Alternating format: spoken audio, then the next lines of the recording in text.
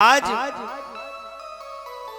मैया देवकी ने विचार किया क्यों ना लाला को अपने हाथ से भोग खिलाऊं।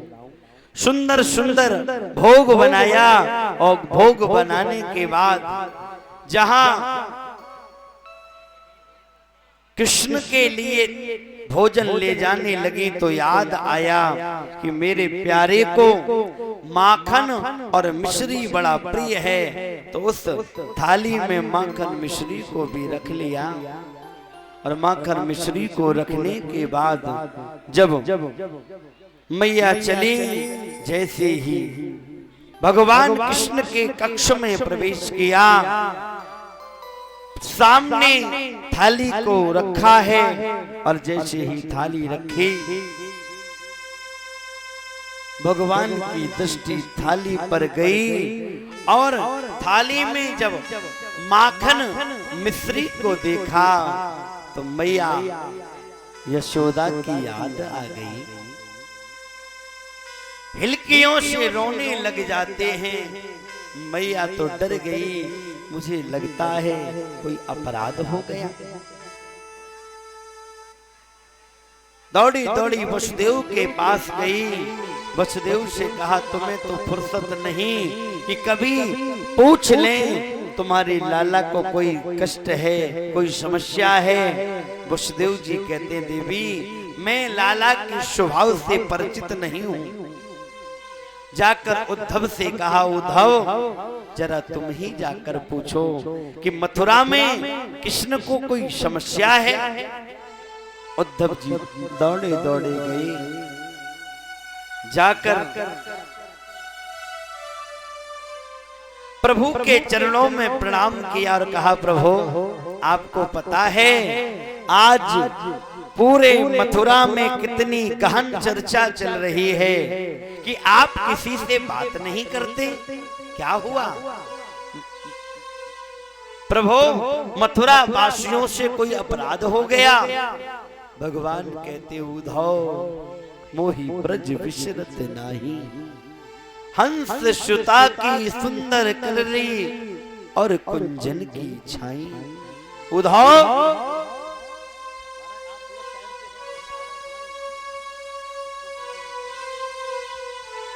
उद्धव मैं 1000 बार प्रयास करता हूं फिर भी अपने ब्रज को भूल नहीं पा रहा। उद्धव मुझे उनकी याद क्यों आती है? क्योंकि वो भी मेरी याद करते होंगे। अगर वो मेरी याद न करें तो मुझे भी उनकी याद न आए।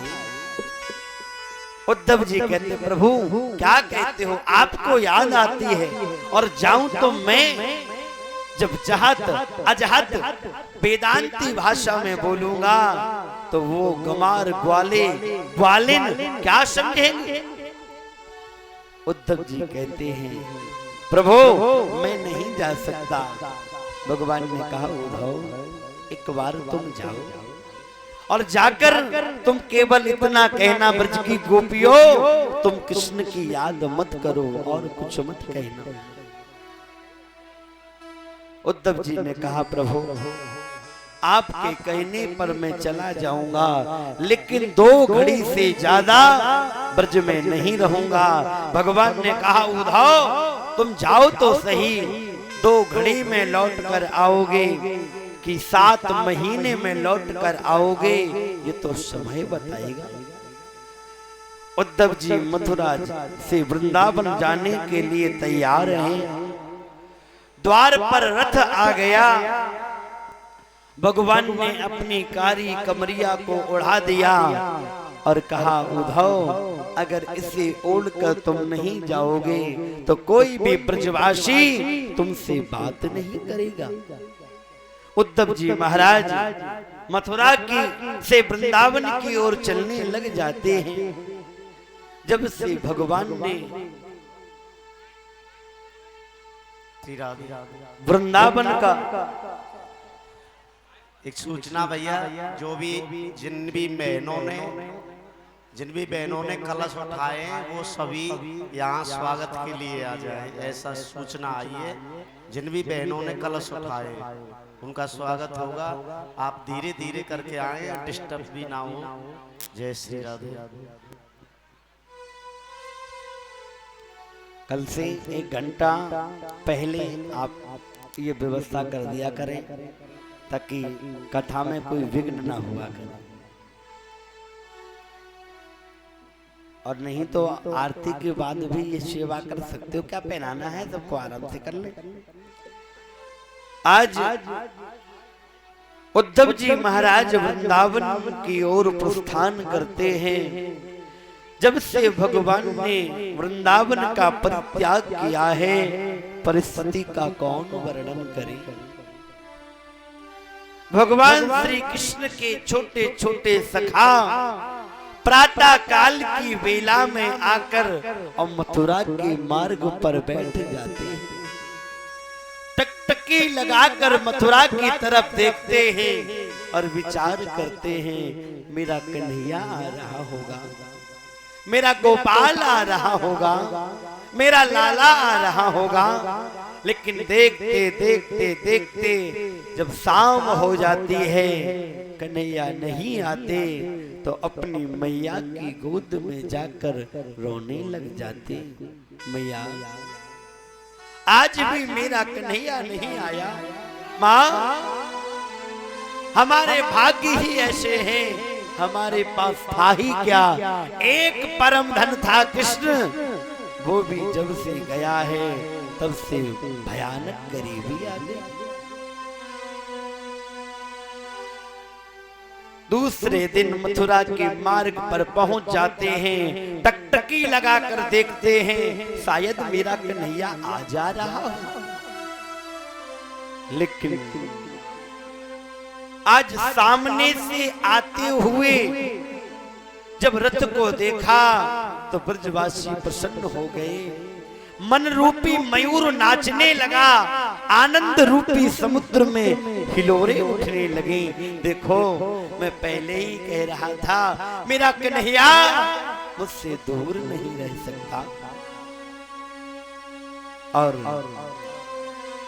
जैसे जैसे रथ पास आया, एक ने कहा, सब दौड़ कर जाने लगे। एक नन्हा सा बालक रूठ गया, भैया जब तक कन्हैया मेरे चरणों में आकर माफी नहीं मांगेगा तब तक मैं बात से बात नहीं करूंगा।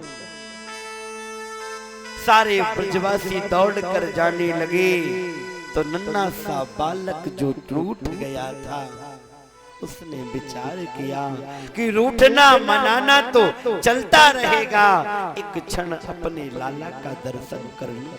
वो भी दौड़ कर जाने लगा और जब जाने लगा तो एक ने कहा, क्यों भैया तू तो कह रहा था कि मैं रूठ गया हूँ, अब ये बता तू तो दौड़ कर आ गया क्यों? कहा क्या करूं, मैंने सोचा कि पहले मैं लाला का दर्शन कर लूं, उसके बाद फिर मैं रूठ लूंगा। आज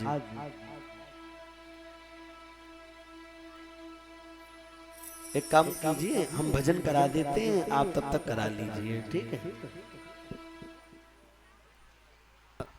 ध्यान दें, जो कलशवारी हमारी बहनें वो शीघ्रता से आ जाएं। ये ना सोचें कि हमें बुलाएंगे तभी जाएं। ये हम माइक के द्वारा कह रहे हैं, आप जिनने भी कलश उठाए हैं वो कृपा करके इधर आ जाएं स्टेज की तरफ।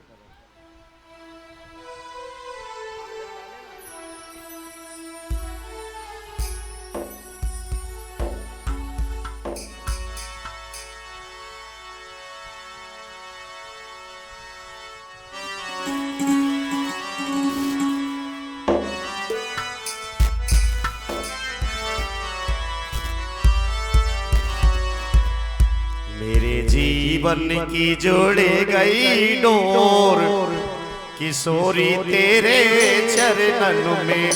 मेरे जीवन की जोड़े गई डोर, किशोरी तेरे चरणन में। मेरे जीवन की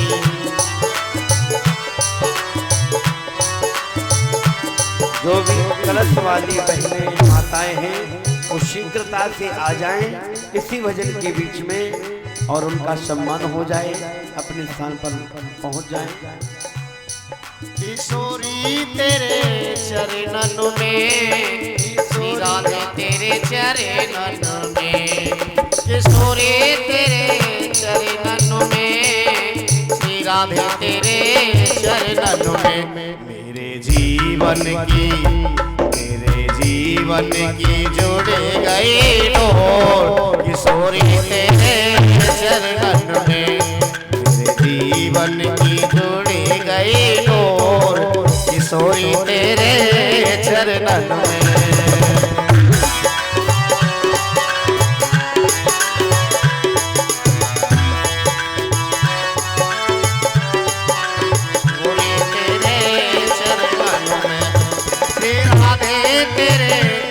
चरणों में, किशोरी तेरे चरणों में, श्री राधे तेरे चरणों में, किशोरी तेरे चरणों में, मेरे जीवन की जुड़ गई डोर, किशोरी तेरे चरणों में।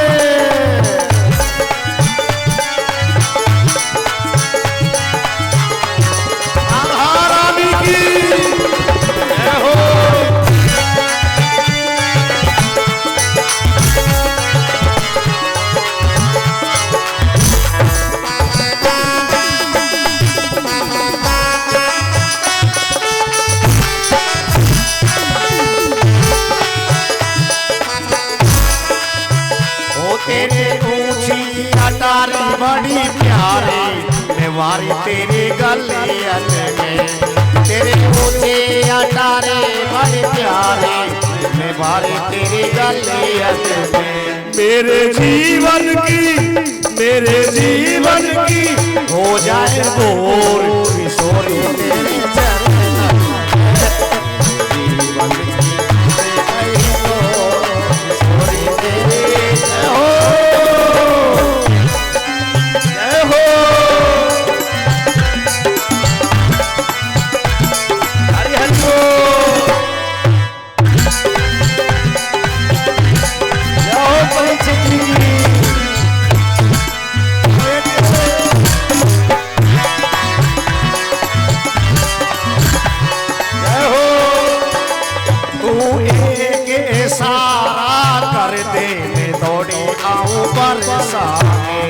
तो एक इशारा कर दे, मैं दौड़ी आऊं बरसाने, मैं तो नाचूंगी बन कर मोर, किशोरी तेरे नाचूंगी बन कर मोर, किशोरी तेरे चरणों में।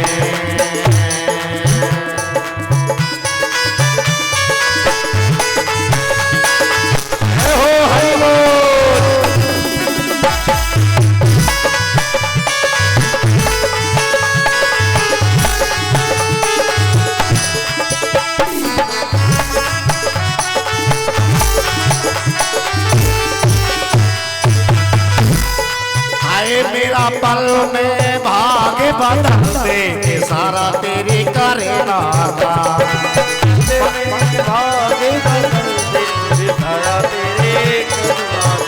मेरा पल में भाग्य बदल दे, सारा तेरी करेगा, मेरा पल में भाग्य बदल दे, सारा तेरे, मेरे जन्मों की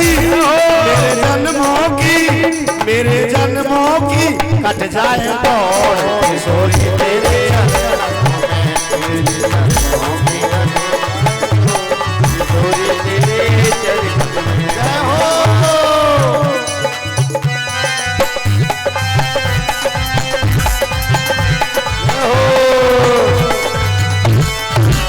देखिए भाई मेरे भक्तों, मेरी माता बहनों, ये तो कम से कम नाच रहे और आप तो बीमारन की तरह बैठे हो। अरे बीमार होते तो घर में होते, यहाँ नहीं होते। ऊपर हाथ करके, ऊपर हाथ करें एक बार, जिसको हाथ दिए भगवान ने।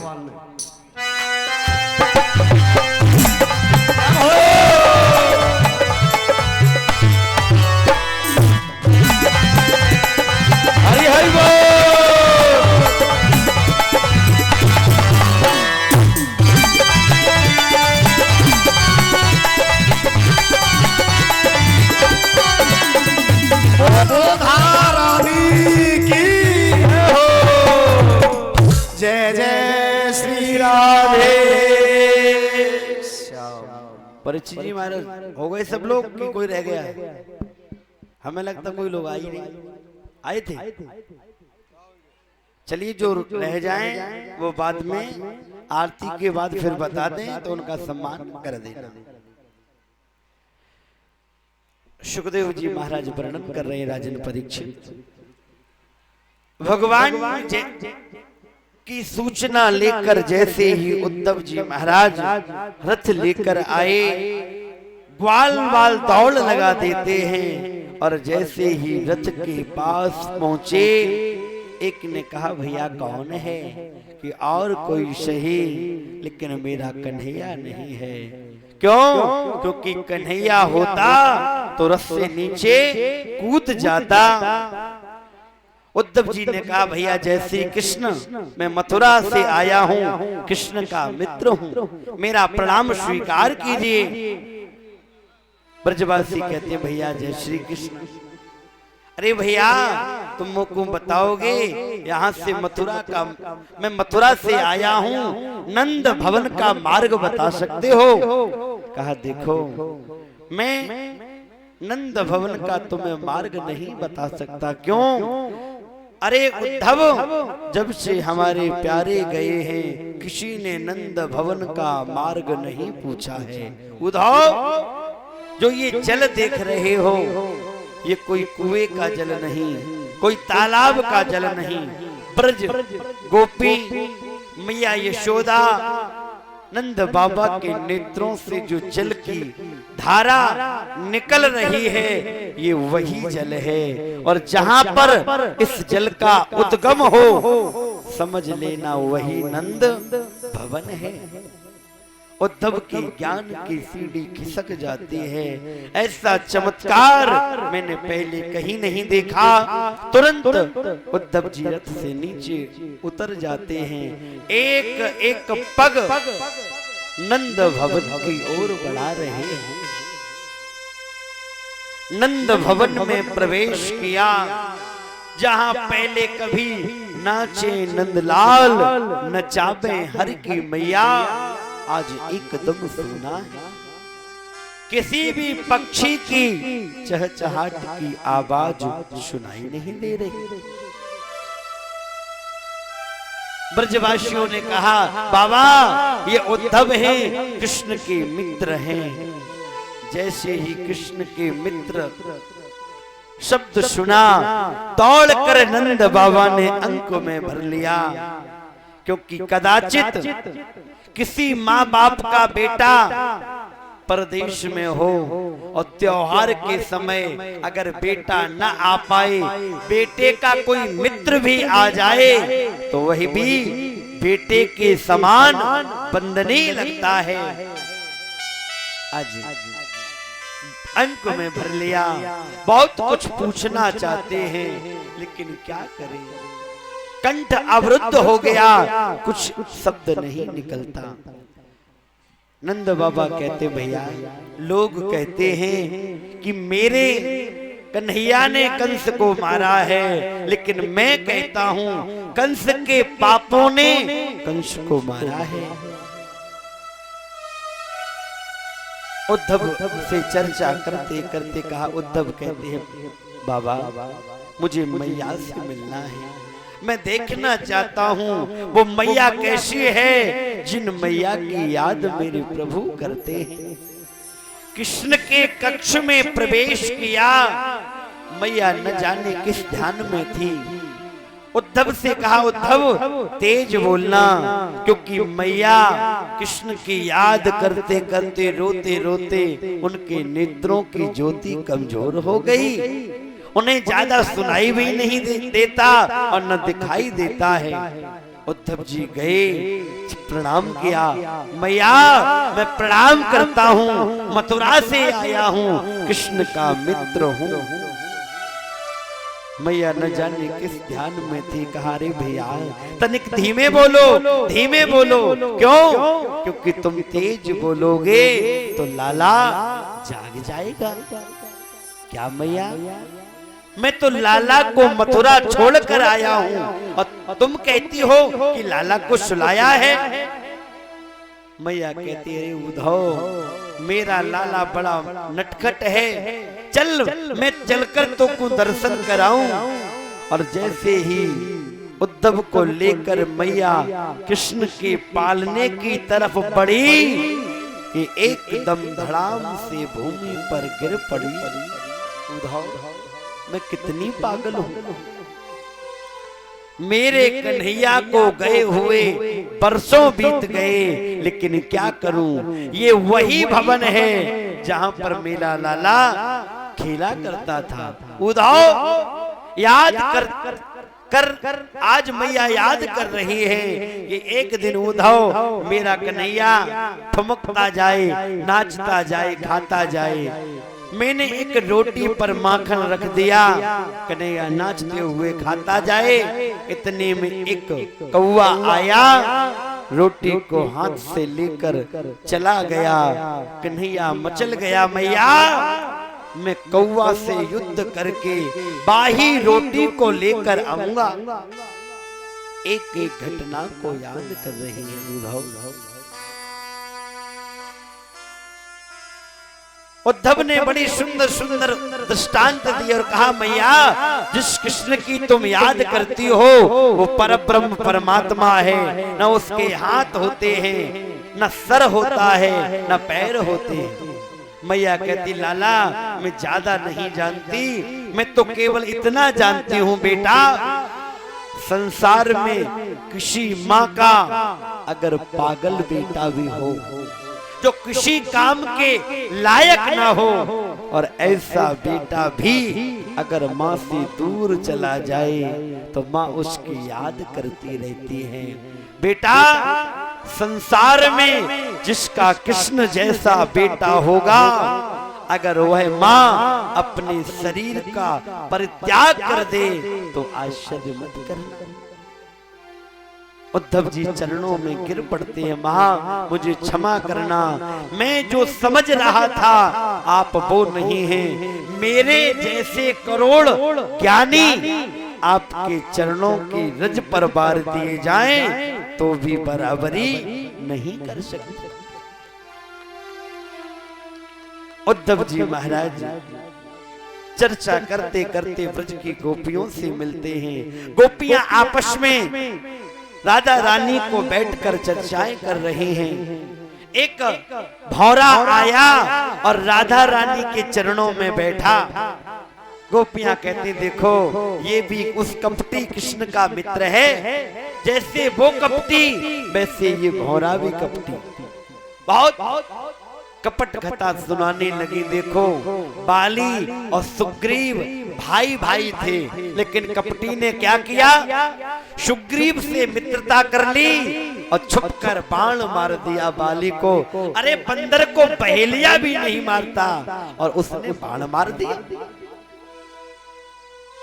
उद्धव जी विचार कर रहे हैं इन गोपियों को मैं क्या उपदेश दूं, कौन सा उपदेश दिया जाए, क्योंकि हर उपदेश का सार है भगवान के चरणों में प्रेम होना, और ये तो उन्हीं की चर्चा कर रही है। फिर भी उद्धव जी गए और कहा देवियों एक बार मन को ब्रह्म में लगाना चाहिए। गोपियों ने कहा उद्धव अगर किसी के पास मन ही ना हो तो तुम्हारे ब्रह्म के लिए मन कहां से लाएं। उद्धव मन ना भये 10-20, एक हत्यो सो गयो श्याम संग को आराधे ईश। उद्धव मन ना भये 10-20। उद्धव से ब्रज की गोपियां कहती उद्धव यहाँ से मथुरा दूर नहीं है, यहाँ से अगर हम चाहें तो दिन में 2 बार जाकर लौट के आ जाएं, लेकिन अगर हमारे प्यारे हमसे दूर रहकर प्रसन्न रहते हैं तो दूर रहेंगी, याद करती रहेंगी, रोती रहेंगी। आज उद्धव को बड़ा सुंदर ज्ञान दिया। उद्धव जी चरणों में प्रणाम करते हैं और कहते हैं देवियों मैं आपके चरणों में प्रणाम करने लायक नहीं हूँ, मैं तो आपके चरणों की रज में प्रणाम कर रहा हूँ। और आज उद्धव ने 7 महीने तक ब्रज गोपियों के साथ में रहे, लौट कर गए और भगवान ने कहा आइए ज्ञानी जी। उद्धव जी कहते प्रभु आज मुझे पता चला कि आप कितने निष्ठुर हैं। भगवान कहते उद्धव तुम्हारी भाषा ही बदल गई। उद्धव मेरे बगैर राधा नहीं और राधा के बगैर मैं नहीं। एक प्रकट के रूप हैं दोनों और हो गए आधे आधे, और चाहे भैया कृष्ण कहो या बोलो राधे राधे। ये तो प्रेम की बात है उद्धव, ये तो प्रेम की बात है उद्धव, बंदगी तेरे बस की नहीं है।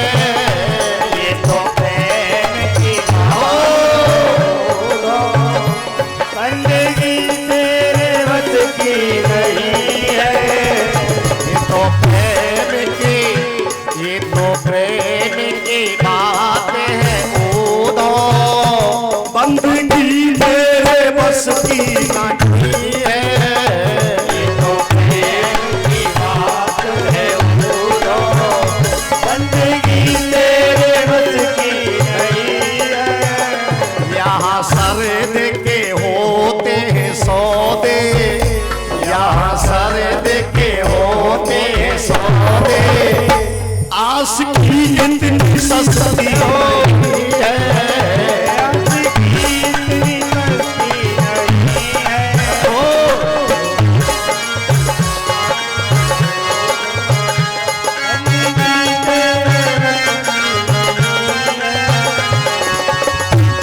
प्रेम वालों ने कब बातें पूछा, उनकी सेवा में सुन ले उद्धव।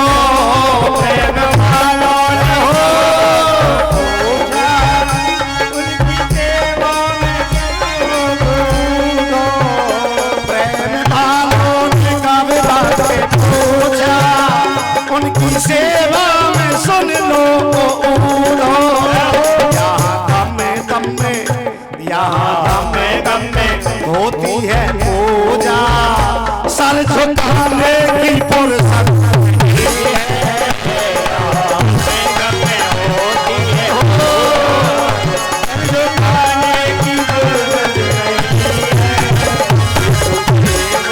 बात है उद्धव, बंदगी तेरे बस की नहीं है।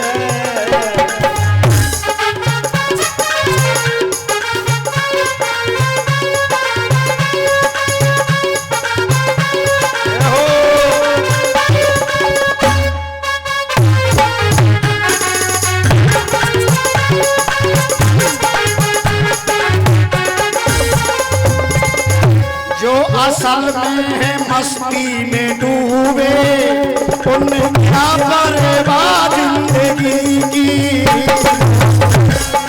मस्ती में डूबे, उन्हें क्या बर्बाद जिंदगी की। जो उतारती है, जो उतारती है चढ़ती है मस्ती, वो हकीकत में मस्ती नहीं है। की बात है उद्धव, बंदगी तेरे बस की नहीं है। की बात उद्धव,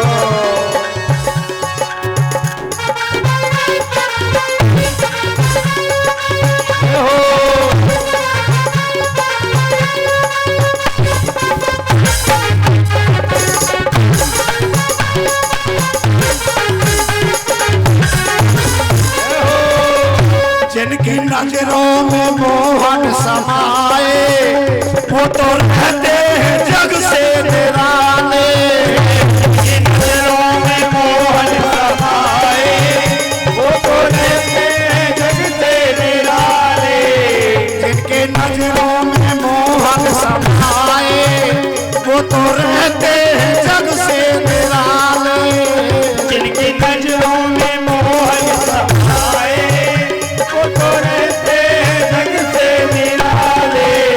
जिनकी नजरों में, जिनकी नजरों फिर तरसती नहीं है, जिनके नजरों में हो आई वो नजर फिर तरसती नहीं है। ये तो प्रेम की बात है वो बंदगी मेरे बस की नहीं है। ये तो प्रेम की बात है वो बंदगी तेरे बस की नहीं है। बोलिए बांके बिहारी लाल की जय जय त्रिराधे। भगवान ने उद्धव के ऊपर प्रेम का पुट लगवाया, क्योंकि भगवान ने कहा उद्धव ज्ञानी तो हैं लेकिन प्रेम नहीं है। उद्धव को वृंदावन भेजकर प्रेम का पुट लगवाया। इधर सुखदेव जी महाराज कहते राधे भगवान ने जब कंस का उद्धार किया था, कंस की पत्नी अस्ति और प्राप्ति रोकर अपने पिता के पास जरासंध के पास गई। जरासंध ने 23 अक्षौणी सेना लेकर और आक्रमण किया मथुरा पर। भगवान ने विचार किया अगर मैंने दुष्ट को आज मार दिया तो फिर मुझे सबके पास जाना पड़ेगा, और अगर इसे छोड़ दिया तो एक एक करके सबको हम यहीं पर समाप्त कर लेंगे। भगवान छोड़ देते हैं, बार बार अनेकों वीरों को लेकर आता है, भगवान उद्धार करते हैं।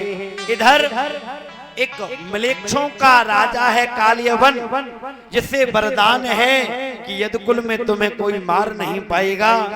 उसे लेकर गया, भगवान ले गए और मुचकुंद के द्वारा उद्धार कराया। 17 बार भगवान ने हराया। 18वीं बार जब आया युद्ध करने के लिए तो ब्राह्मणों को मंत्र पर बैठा कर आया, हे ब्राह्मण देवता अगर मैं जीत गया तो आपकी पूजा करूंगा, और अगर हार गया तो सबका सर धड़ से अलग कर दूंगा।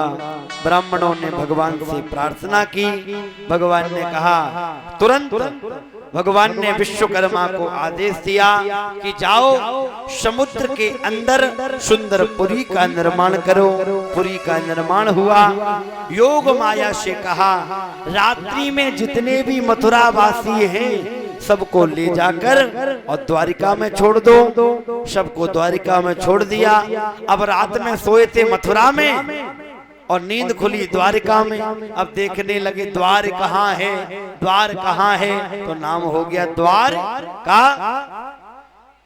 भगवान वहां से भगे, प्रवर्षण पर्वत पर चढ़ गए। जरासंध ने अग्नि लगा दी। भगवान सीधे द्वारिका में, और द्वारिका में पहुंचकर सबसे पहले बड़े भाई बलदाऊ जी का विवाह हुआ। और अब भगवान विचार करते हैं कि विवाह तो हमारा भी होना चाहिए। और विवाह हो कैसे, पहले का रिकॉर्ड अच्छा है नहीं। कोई कहता है चीर चोर, कोई कहता है माखन चोर। अब कौन विवाह करे? सुखदेव जी कहते परीक्षित भगवान का विवाह रुक्मणी देवी के साथ में संपन्न हुआ।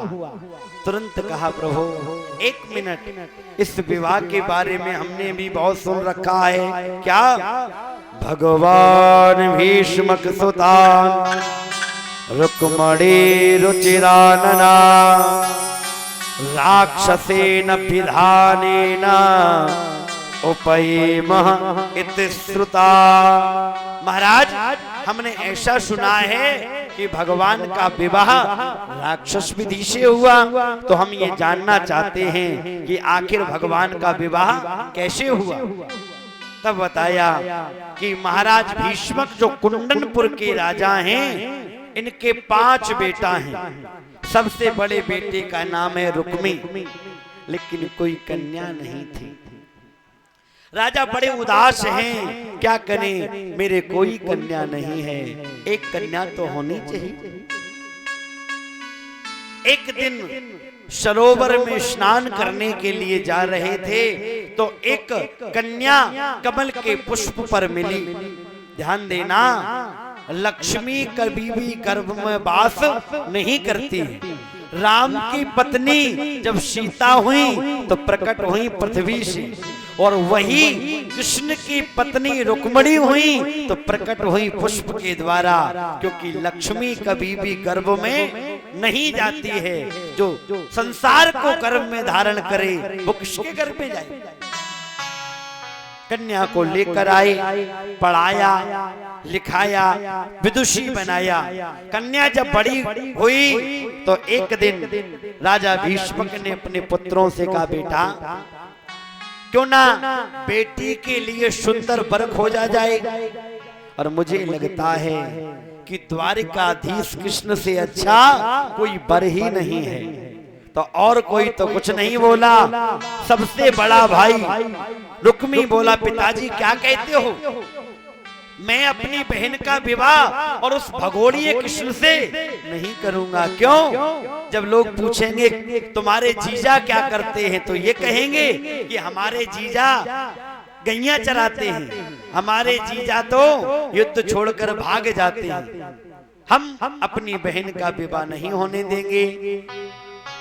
राजा ने कहा, बेटा तो एक काम करो, तुम्हें जो अच्छा लगे उसके साथ विवाह कर दो, पक्का।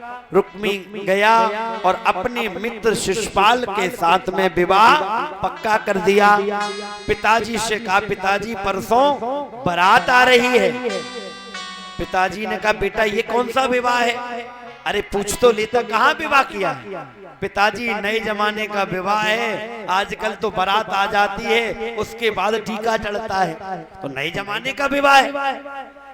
ठीक है, कहा पिताजी ऐरे गहरे के यहाँ नहीं करके आए हैं, दमघोष पुत्र शिशुपाल के साथ में विवाह पक्का किया है। फिर क्या था, इधर विवाह की तैयारी होने लगी। रुक्मिणी मैया को पता चला तो भाभी के पास गई और भाभी के पास जाकर अपना दुखड़ा रोया। भाभी ने कहा, बहन अब रोने से काम नहीं चलेगा, जल्दी से पत्र भेज दो। एक ब्राह्मण को बुलाकर पत्र भेजा। ब्राह्मण सीधे गए और द्वारिका में पत्र दिया। भगवान ने पत्र को पढ़ा।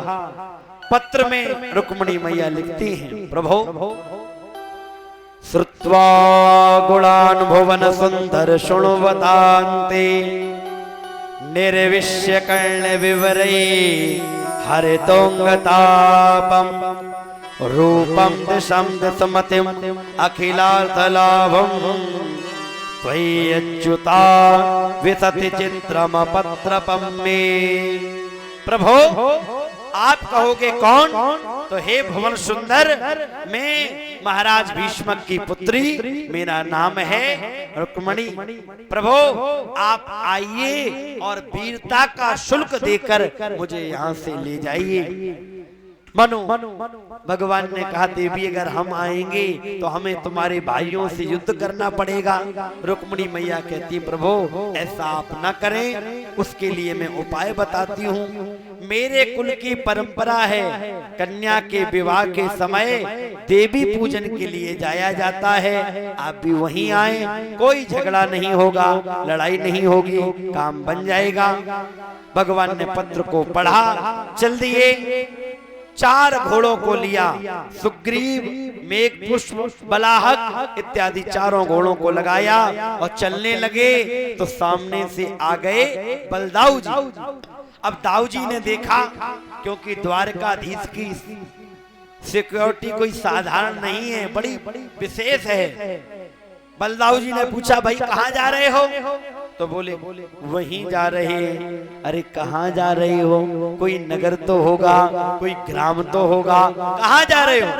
जी वहीं जा रहे हैं। अरे कोई स्थान तो होगा। ब्राह्मण ने कहा, कुंदनपुर जा रहे हैं।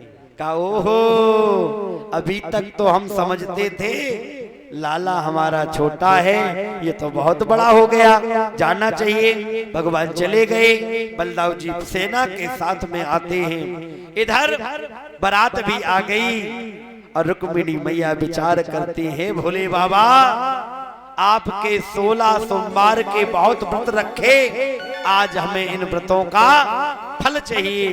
तो बाई भुजा बायां अंग फड़कने लगता है। माताओं का बायां और भाइयों का सीधा। अगर ये फड़के तो अच्छा है, सीधी आंख फड़के भाइयों की तो अच्छी है, लेकिन एक आध बार फड़के तो अच्छी है। कहीं ज्यादा फड़क गई तो गड़बड़ हो जाएगा। अगर ज्यादा फड़के तो डॉक्टर को दिखा लेना, नहीं तो किसी को देखकर अगर फड़क गई तो पता चले आंख ही फूट जाए। इसलिए जरा सावधान। एक आध बार फड़के तो ठीक है। रुक्मिणी मैया का बायां अंग फड़कने लगा, सब शकुन मिल गया और सामने से ब्राह्मण आए। क्या समाचार है कि देवी, जिसके लिए तुमने पत्र भेजा था हम उसी के साथ आए हैं। कहाँ हैं? मंदिर में प्रतीक्षारत हैं। इधर बारात आ गई, जन्माष्टमी में तैयारी है। राजा चढ़ाई का सामान लेकर और सगाई का सामान लेकर जा रहे थे। रास्ते में किसी ने कह दिया, महाराज आपके नगर में तो द्वारकाधीश घूम रहे हैं। राजा ने विचार किया, अब हम शिशुपाल से बाद में मिलेंगे, अपने मित्र कृष्ण से पहले मिलेंगे। और जब बार बार प्रणाम किया तो सैनिकों को लगा, हमें लगता है यही दूल्हे सरकार है। तो जो सामग्री शिशुपाल के लिए जा रही थी वो गोपाल के चरणों में चढ़ा दी। भगवान ने कहा इसकी क्या जरूरत थी। राजा ने कहा काम तो बिगड़ ही गया है, अब क्या करें। और इधर रुक्मिणी मैया का सुंदर श्रृंगार किया जा रहा है, हाथों में मेहंदी लगाई जा रही है। रुक्मिणी मैया ने सुंदर श्रृंगार सखियां कर रही हैं और सुंदर श्रृंगार करके रुक्मिणी मैया चल देती। आओ मेरी सखियों,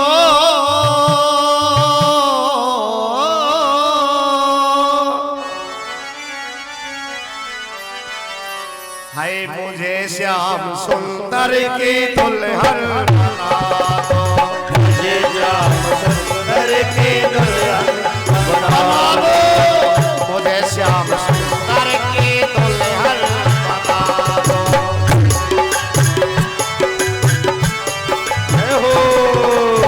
आओ मेरी, आओ मेरी, आओ मेरी सखियों, मुझे लगा दो, मेहंदी लगा दो, मुझे ऐसी सजा दो, मुझे श्याम सुंदर की दुल्हन बना दो, मुझे श्याम सुंदर की दुल्हन बना दो।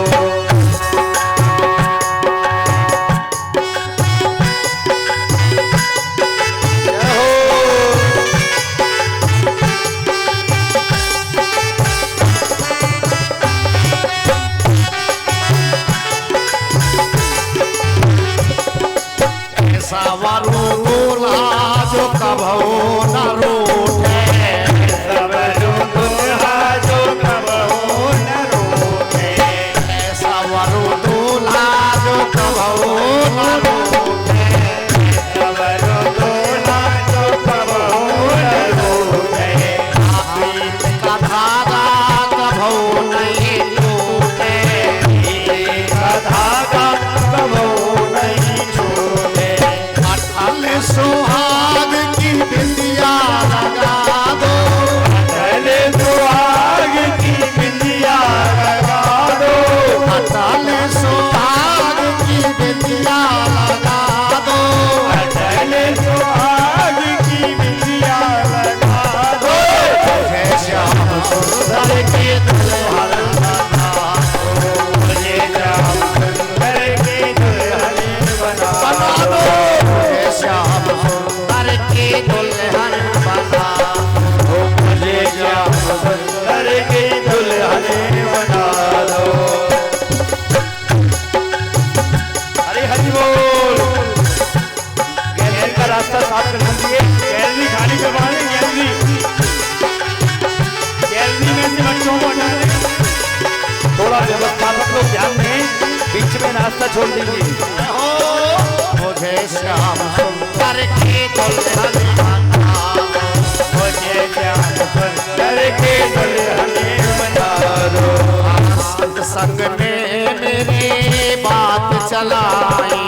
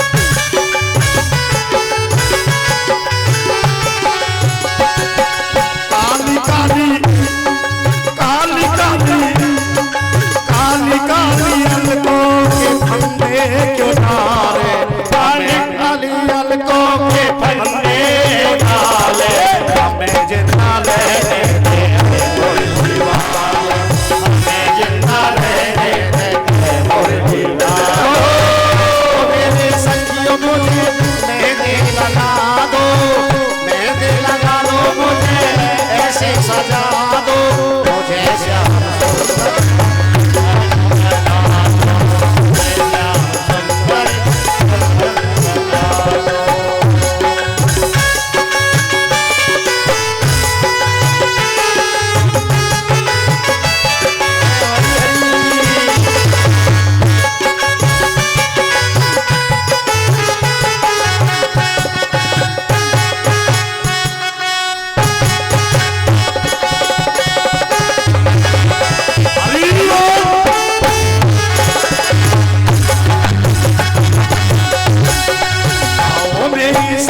मुझे मेहंदी लगा दो मुझे श्याम सुंदर की, मुझे श्याम सुंदर की दुल्हन बना दो, मुझे श्याम सुंदर की दुल्हन बना दो। रुक्मणी मैया का श्रृंगार किया गया। मैया पूजन करने के लिए देवी मंदिर में गई और जैसे पूजन किया माँ के हाथों से पुष्प गिरा। कहा देवी जिसे तुम चाहती हो वही तुम्हें पति रूप में प्राप्त होगा। इधर भगवान ने नगर का भ्रमण किया और सारे नगरवासी द्वारकाधीश को ही दूल्हा समझने लगे। शिशुपाल को पता चला। शिशुपाल ने कहा अपने सैनिकों को भेजा, चारों तरफ से मंदिर घेर लिया गया और इधर भगवान मंदिर पर आए। रुक्मणी मैया ने प्रभु को देखा, आंखें चार हुई, इशारा कर दिया हम ही हैं। भगवान आगे बढ़े। सुखदेव जी महाराज कहते परीक्षित भगवान को सब देख रहे हैं लेकिन ये कोई नहीं देख रहा भगवान क्या कर रहे हैं। धीरे धीरे भगवान आए। भगवान ने आकर रुक्मणी के हाथ को पकड़ा है। लोग बाग कहने लगे देखो जोड़ी कितनी अच्छी लग रही है। भगवान ने रुक्मणी को लेकर रथ में बिठाला। लोग कहते रथ कितना अच्छा लग रहा है। भगवान ने चाबुक चलाया, रथ चला गया। लोग बाग कहते रह गए ले गयो ले गयो ले गयो ले गयो। तब तक तो बहुत दूर तक निकल गए। रुक्मी को पता चला, दौड़ा और भगवान ने रुक्मी को पकड़कर आधी दाढ़ी आधी मूंछ मोड़ दी और भगवान का विस्तार से रुक्मणी देवी के साथ में विवाह संपन्न हुआ। आप झांकी का दर्शन कर रहे हैं, बड़ी सुंदर झांकी है। आए भगवान की सुंदरता इतनी अद्भुत है कि सब भगवान की सुंदरता को देखते हैं। ये कोई नहीं देखता ये क्या कर रहे हैं। सुंदर हम झांकी को देख रहे हैं। माला पहनाई जाएगी और आधे लोग बाराती बन जाना और आधे बन जाना घराती। और देखिए फिर पता चले कि बाराती ज्यादा नाचते हैं कि घराती ज्यादा नाचते हैं। तो ये बताइए घराती पहले कौन है? अच्छा ये घराती। अब बाराती सब तैयार है, लड्डू मिलेंगे। भैया आधे घराती हो जाओ आधे बाराती। आए बड़ी सुंदर झांकी का दर्शन कर रहे हैं। हाँ हमारी माताएं हो गई घराती और हमारे भाई लोग हो गए बाराती, तो इसलिए चकाचक व्यवस्था भी होगी। आए सुंदर झांकी। आज मेरे श्याम की शादी है।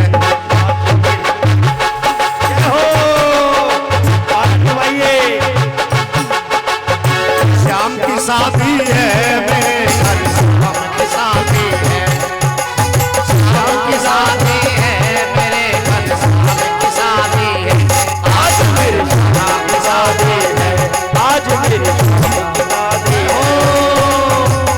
जमी है खूब जोड़ी हो, बोला दुल्हन की जोड़ी हो। जमी है खूब जोड़ी हो, बोला दुल्हन की जोड़ी हो। जोड़ी पे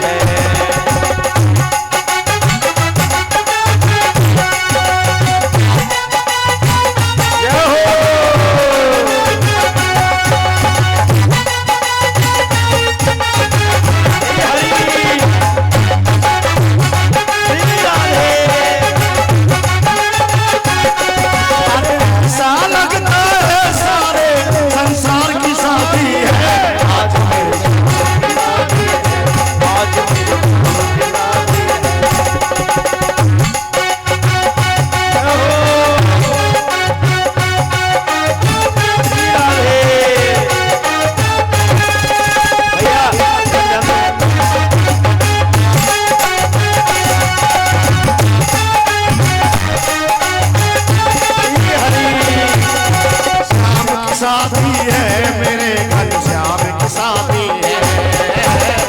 की राती है, मेरे घनश्याम की राती है। आज मेरे कान्हा की शादी है, आज मेरी कान्हा की राती है। ऐसा लगता है सारे, ऐसा लगता है सारे संसार की शादी है। आज मेरे आज मेरी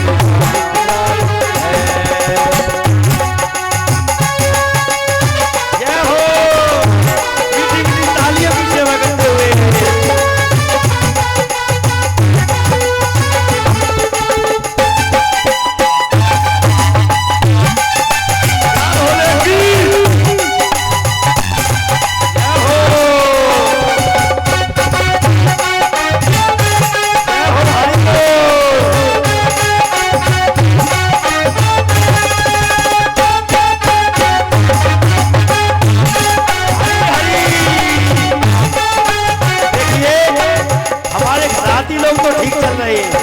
बराती शांत खड़े, पहले घराती फिर बराती के नंबर आए।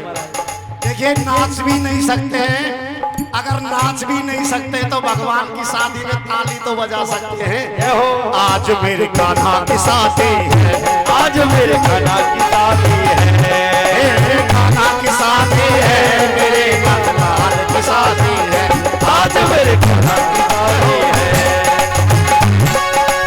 आए जमी है खूब जोड़ी हो, दुल्हा दुल्हन की जोड़ी हो। जमी है खूब जोड़ी, दुल्हा दुल्हन की जोड़ी हो। जोड़ी पे मारी जाओ, मेरे श्याम की शादी है। आज मेरे कान्हा की शादी है। आज मेरे कान्हा की शादी है।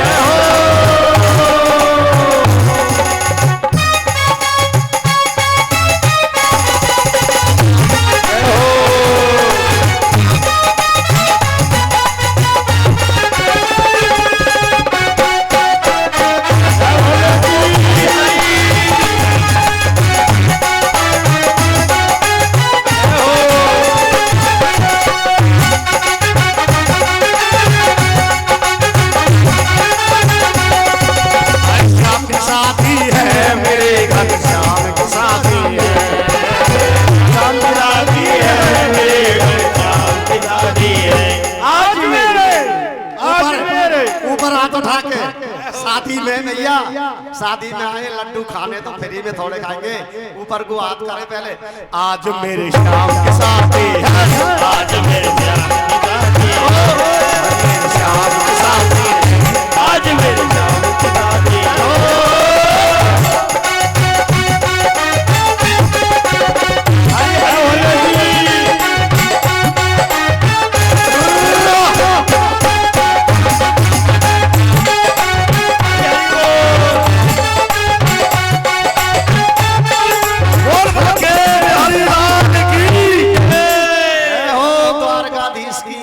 देखिए यहाँ रुक्मिणी मैया का एक एक करके पूजन करते रहेंगे और हम लोग बारात में ऐसे ही चलते रहेंगे। ठीक है, तो घराती पूरे हो गए, अब नंबर है बारातियों का। तो भैया बाराती कौन है, जरा हाथ उठाएं।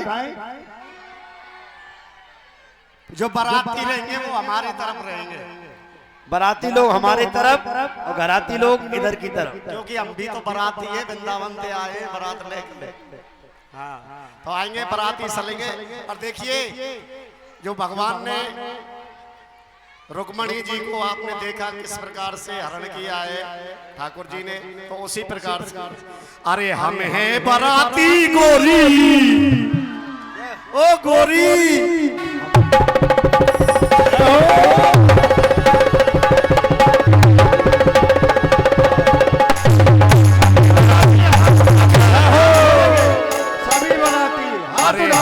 हम हैं बाराती गोरी सावरिया यार के, और जबरन ले जाएंगे तेरी सावरिया यार के, जबरन ले जाएंगे तेरी सावरिया यार के, जबरन ले जाएंगे तेरी सावरिया यार के, जबरन ले जाएंगे तेरी सावरिया यार के।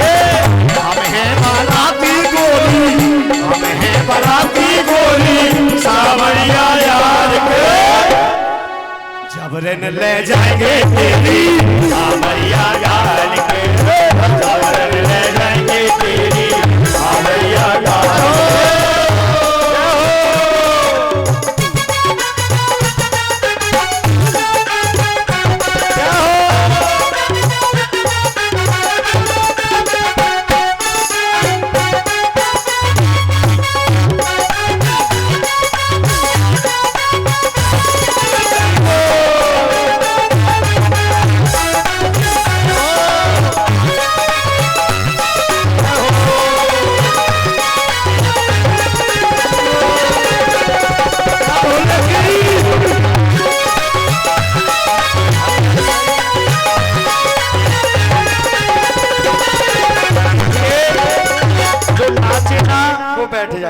और जो नाचे वो खड़ा रहे। ऐसे खड़े होकर क्या मतलब है?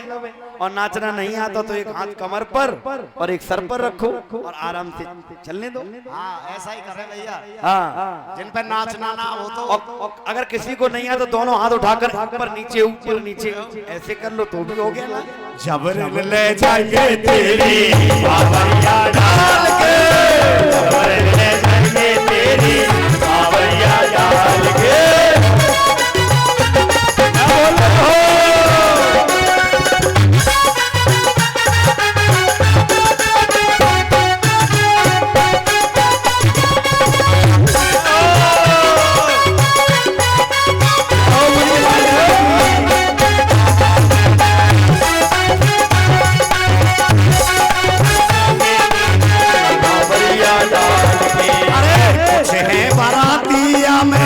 वृंदावन धाम के, कुछ है बारातिया में वृंदावन धाम के, कुछ है बारातिया में वृंदावन धाम के, कुछ है बारातिया में वृंदावन धाम के।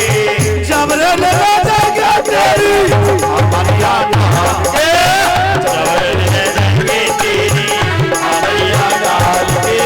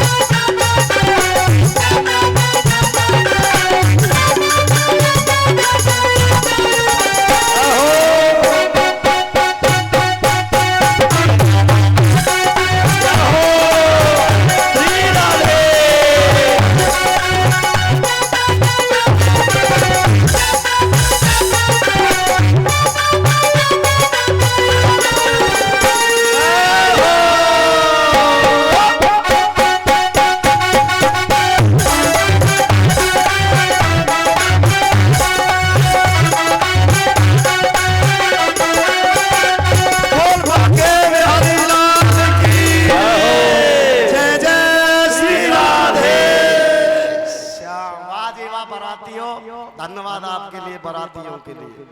लेकिन अभी भी पता नहीं चल रहा कि बाराती कौन है घराती कौन है। कभी इधर घुस जाते कभी इधर। अरे भैया क्लियर करो। और देखिए सुंदर यहाँ पूजन चल रहा है और हम लोग प्रेम से मस्ती में झूमते हुए और चलेंगे।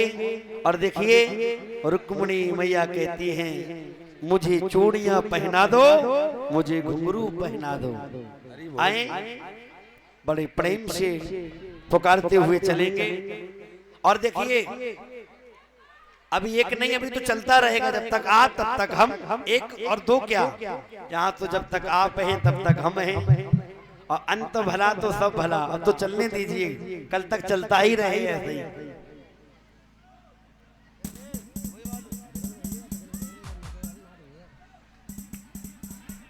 श्री राधे। और देखिए माताएं एक एक करके आती जाएं, शीघ्रता से कन्यादान करती जाएं और हम लोग प्रेम से झूमते हुए चले।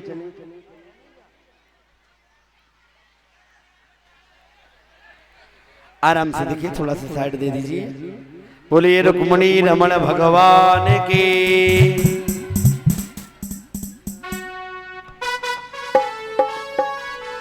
ओ मुझे चूड़ियां पहना दे, मुझे घुंघरू पहना दे, मुझे चूड़ियां पहना दे, मुझे घुंघरू पहना दे, मुझे दुल्हन बना दे मेरे श्याम के रानी बनो।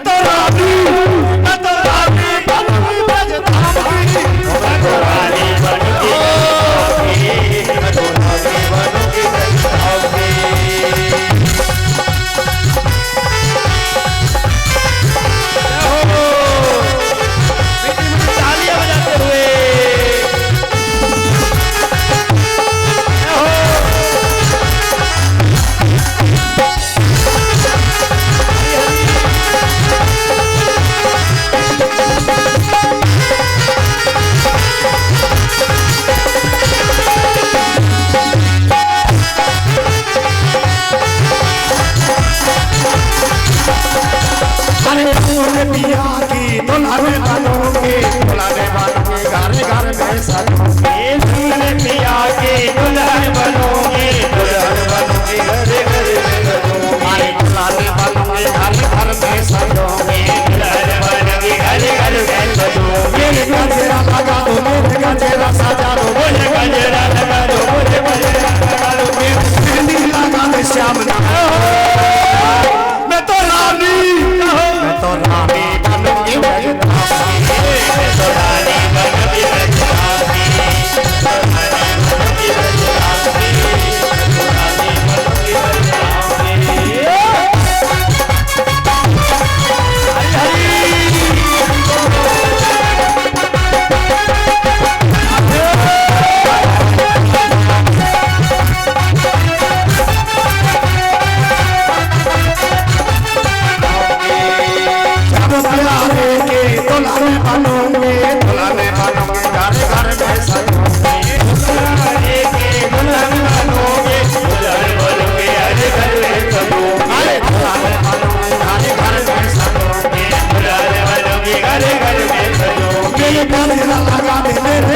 सजा दे मेरे गजरा लगा दे, मुझे गजरा सजा दे, मेहंदी लगा दे श्याम नाम के। मैं तो रानी बनूंगी ब्रजधाम की, मैं तो रानी बनूंगी ब्रजधाम की, मैं तो रानी बनूंगी ब्रजधाम की।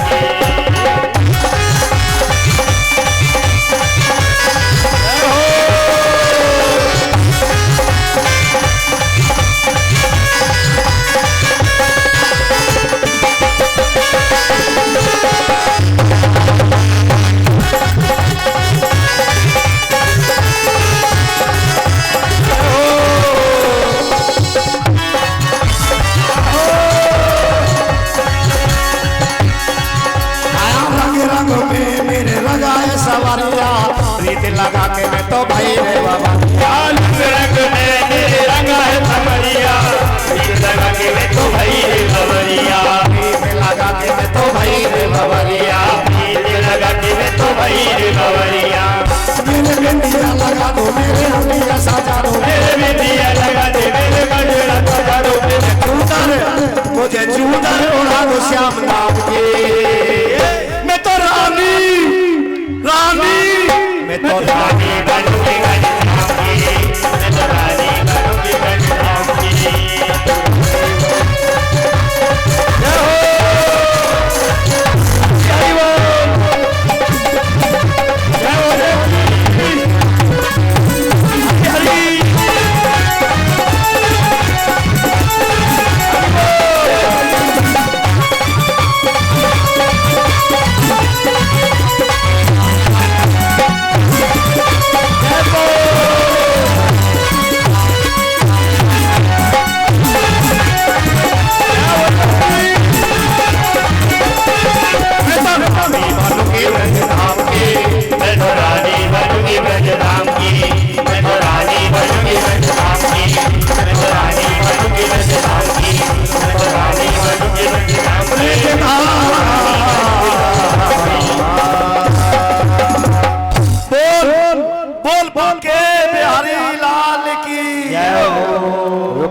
रमण भगवान की।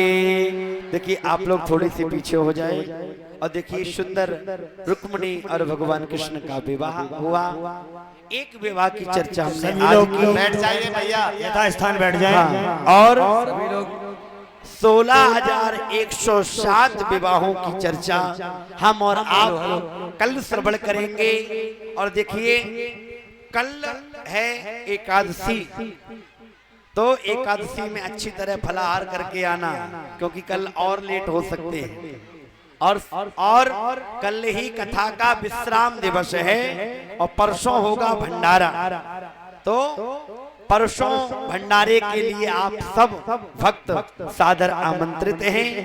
और जो भक्त अभी तक हमारे YouTube चैनल से नहीं जुड़े हैं वो गोपाल ज्ञान सरिता हमारा जो YouTube चैनल है उससे आप जुड़े, ताकि आपको ये जो कथा दिन में आप श्री कुंज चैनल पर देख सकते हैं, YouTube चैनल पर, और रात्रि के समय गोपाल ज्ञान सरिता YouTube चैनल पर इस कथा को देख सकते हैं।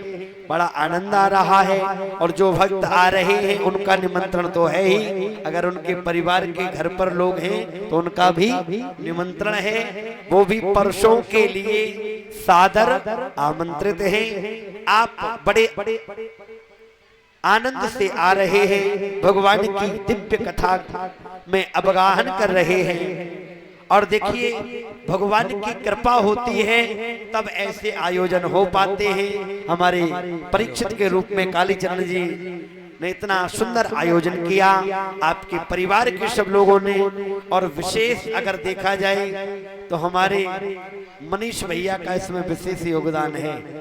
तो एक बार इनके लिए जोरदार तालियों की सेवा करें, क्योंकि ये तत्पर हैं 6 महीने से इसी व्यवस्था में और व्यवस्था देख रहे हैं, और हम लोगों का भी टिकासरा स्थान वहीं है भैया। तो आए, जो लोग पूजन करने के लिए रह गए हैं वो शीघ्रता से पूजन करें। और परीक्षित जी आप आरती, और देखिए जैसा कि ये जो स्थान है जहाँ पर ये आयोजन हो रहा है, ये हमें बताया गया है दीक्षित भैया का है, और आगे चलकर यहाँ पर एक सुंदर गार्डन बनेगा, मैरिज होम बनेगा, और मैरिज होम से पहले देखिए सुंदर कथा हुई, और भगवान ने अगर चाहा तो ऐसे ही इस भवन में सुंदर सुंदर आयोजन होते रहे, यही कामना है। एक बार जोरदार तालियों की सेवा, बोलिए बांके बिहारी लाल की, बोले वृंदावन में हरिलाल की। और देखिए जो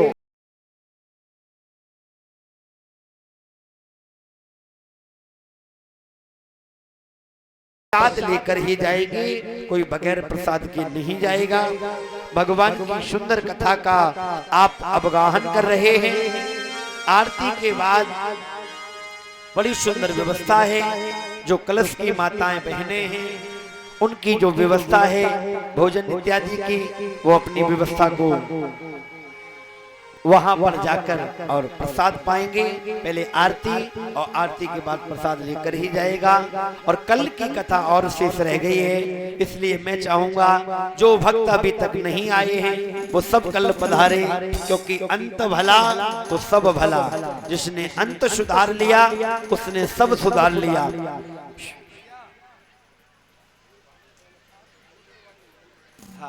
और देखिए हमारे परीक्षित जी, कालीचरण जी हाथ जोड़कर सबसे निवेदन कर रहे हैं कि परसों आपका भंडारा है, आप सादर आमंत्रित हैं, आए भंडारे में पधारें। आपने अभी तक 6 दिन तक भागवत में आनंद लिया, कल 7वां दिन है और कल ही विश्राम दिवस है, और परसों भंडारा है। तो अभी तक चल रही थी जय, और परसों भंडारा है, इसलिए आराम से कल व्रत रखो और परसों चकाचक भंडारा मालपुआ सटकाओ। बोलिए बांके बिहारी लाल की। हाँ देखिए, और प्रसाद की व्यवस्था आरती के बाद में है, और कमेटी के लोगों से हमारा निवेदन है कि आरती हो जाए उसके बाद में भी आप प्रसाद वितरित कराएं, और सभी लोग थोड़ा थोड़ा आप लोग पीछे हो जाइए। हाँ पीछे हो जाएं, और आरती के लिए अपने स्थान पर खड़े होना, आगे नहीं आना है, वहीं रहकर वहीं खड़े होकर आरती करना है। और देखिए आरती के बाद जो हम पुष्पांजलि करते हैं वो क्यों करते हैं पता है? 5 घंटे में प्रभु अगर हमसे कोई अपराध हो गया हो तो हम आपके चरणों में पुष्पांजलि अर्पण करके क्षमा प्रार्थना मांगते हैं। तो जिस पर फूल नहीं होते हैं वो हाथ जोड़ ले, और ये नहीं फूल फेंकते हो, फेंकना नहीं है, आकर भगवान के चरणों में चढ़ाना होता है। तो आके चढ़ाया करें, फेंका नहीं करें। एक दूसरे के ऊपर देखिए सबको आरती अलग अलग दे दो, आज तो 4-5 आरती। वृंदावन में हरिलाल की। आप लोगों को का अपार सहयोग मिल रहा है, और मैं देख रहा हूँ कि पीछे पंडाल लगवाई गई वो भी कम पड़ रही है, लेकिन कोई बात नहीं, पंडाल भले ही कम पड़े लेकिन हमारे परीक्षित जी के दिल में बड़ा स्थान है, इसलिए आइए और प्रेम से आनंद लीजिए। ओम ज्वालामालिन्ये रत्नेश्वरे नमः। हरि ओम चंद्रमा मनसो जात चक्षो सूर्यो अजायता श्रोत्राद् वायुश्च प्राणश्च मुखाद् अग्निर्जायता। मन में बसा के तेरी मूर्ति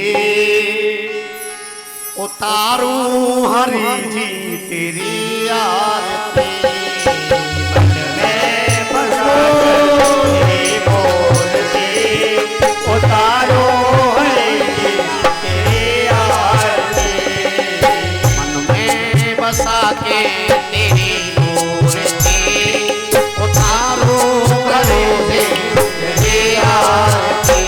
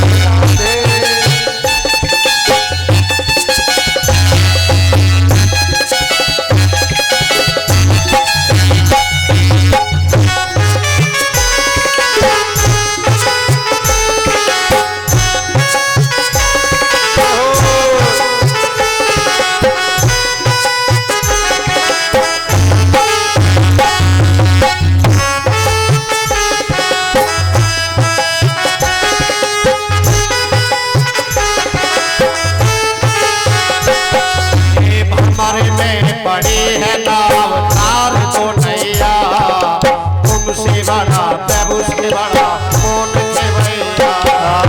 भवन में पड़ी है नाव तार को नैया, तुमसे बड़ा प्रभु से बड़ा कौन है भैया। भमर में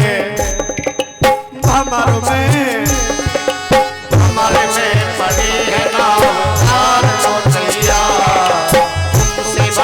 प्रभु से बड़ा कौन है भैया। भमर में पड़ी है नाव तार को नैया, तुमसे बड़ा प्रभु से बड़ा कौन है भैया। ऐ मेरे प्रभु जी सुन लो विनती, ऐ मेरे प्रभु जी सुन लो विनती। उतारो हरि जी तेरे आरती, तेरी मूर्ति उतारो हरि जी तेरी आरती। हे हरि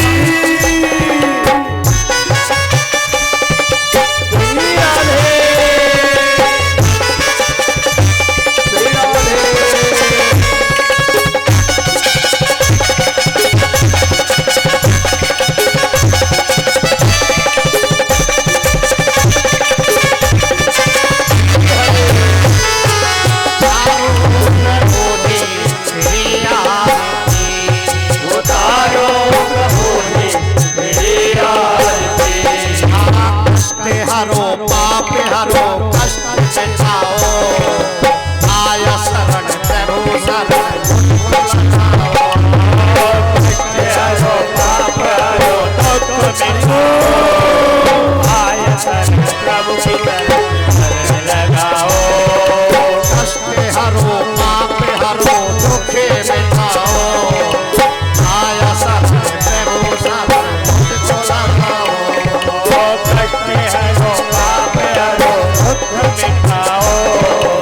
आया शरण प्रभु की शरण लगाओ। सब कुछ तेरा कुछ नहीं मेरा,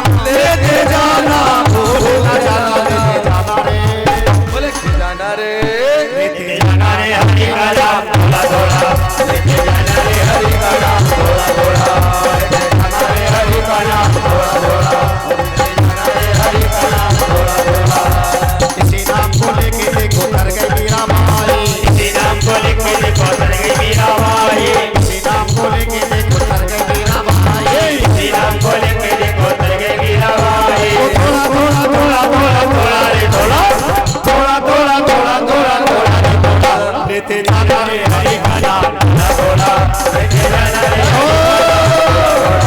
लेके जाना रे हरि का नाम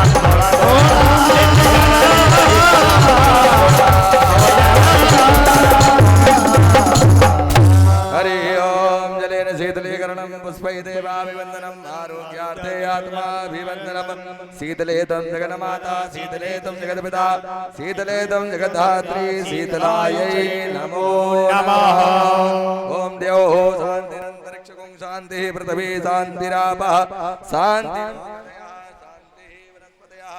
शान्तिर्विश्वे देवाः शान्ति सर्वगुण शांति शांतिरेव शांति सामा शांतिरेधे हरि ओम यजनेन यजनमयजन्त देवास्तानि धर्माणि सन्नादि अनाकं महिमानः सदन्तपूर्वे सात्या सन्ति देवाः हरि ओम एकदन्ताय विद्महे वक्रतुण्डाय धीमहि तन्नो दन्ते प्रचोदयात् हरि ओम गणाम्बिकायै च विद्महे कर्मसिद्ध्यै च धीमहि तन्नो गौरी प्रचोदयात् हरि ओम नन्दनन्दनाय विद्महे यशोदानन्दनाय धीमहि तन्नो श्रीकृष्णः प्रचोदयात् हरि ओम वायुपुत्राय विद्महे रामदूताय धीमहि तन्नो हनुमत् प्रचोदयात् हरि ओम तत्पुरुषाय विद्महे महादेवाय धीमहि तन्नो रुद्रः प्रचोदयात् सेवन्ते कावकुलचम्पकपाटलाब्जै पुण्डागजातिकरविन्दरसालपुष्पै बिल्वप्रवालतुलसी दलमञ्जरीवै स्वां पूजयामि जगति स्वरमे प्रसीद नानासुगन्धपुष्पाणि यथा कालोद्भवानि पुष्पाञ्जलिर्मया दत्ता गृहाणः परमेश्वरः प्राणपुरुषोत्तमाय नमः मंत्रपुष्पाञ्जलिं समर्पयामि बोलिए भागवत भगवान की वृंदावन बिहारी लाल के श्री राधा कृष्ण भगवान के रुक्मिणी रमण भगवान के द्वारिकाधीश के रुक्मिणी मैया के सियावर रामचंद्र भगवान के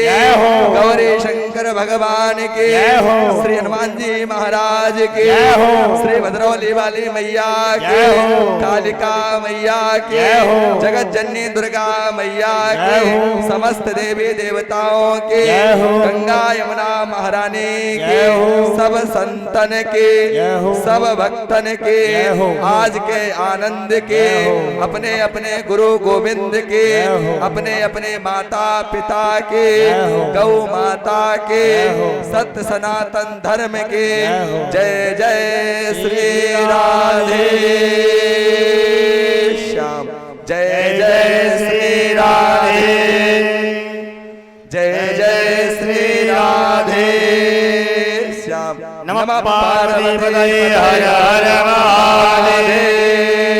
महादेव शंभु सर्वे भवन्तु सुखिनः सर्वे सन्तु निरामया सर्वे भद्राणि पश्यन्तु मा कश्चित् दुःखभाग् भवेत् शान्तिः शान्तिः शान्तिः सुशान्तिर्भवतु सभी भक्तजन